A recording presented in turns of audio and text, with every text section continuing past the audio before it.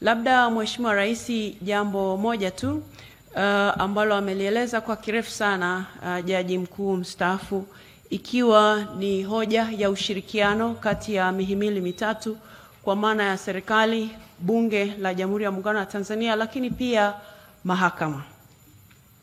Pengine fursa hii ni nzuri kwa sababu vyombo vya habari viko hapa. Ni muhimu wa Tanzania wakafahamu Rais wa Jamhuri ya Muungano wa Tanzania anazo nafasi nyingi ambazo zimetajwa kikatiba, na kila nafasi imewekewa majukumu yake tofauti. Mheshimiwa Rais anapokuwa anashirikiana na mahakama kama Rais wa Jamhuri ya Muungano wa Tanzania, ni mkuu wa nchi, anayo majukumu aliyopewa kikatiba kama mkuu wa nchi.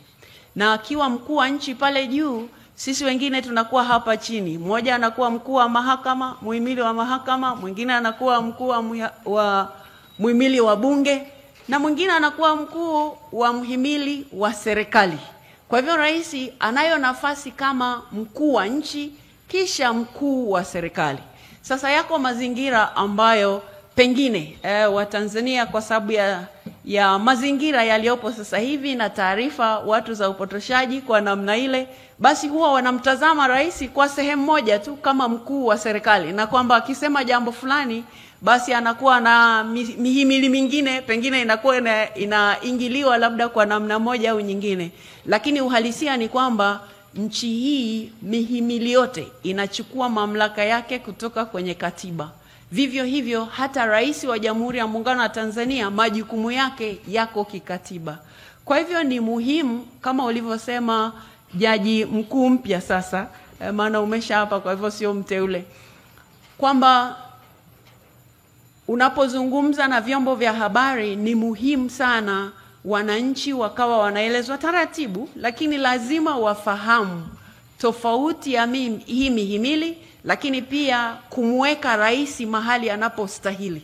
Sio mara zote anakuwa akitoa maelekezo au akisema jambo fulani kama mkuu wa serikali.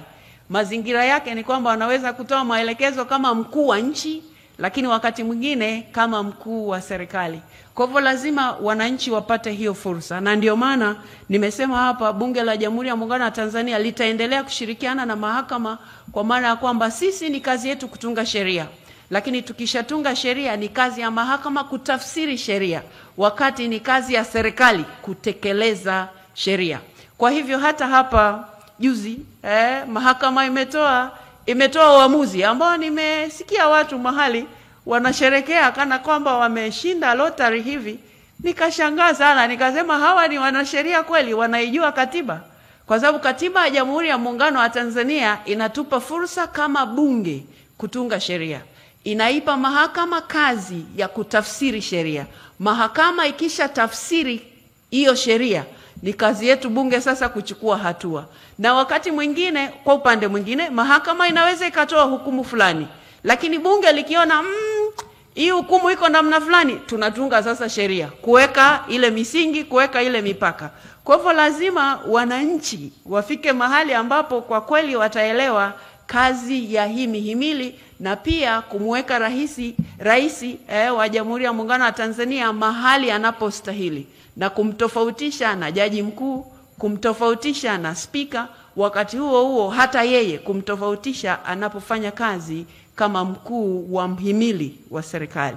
Mheshimiwa Jaji Mkuu, tunakutakia kila laheri katika utekelezaji wako, na Mheshimiwa Rais pia tunakutakia kila laheri katika yale yaliyo mbele yako.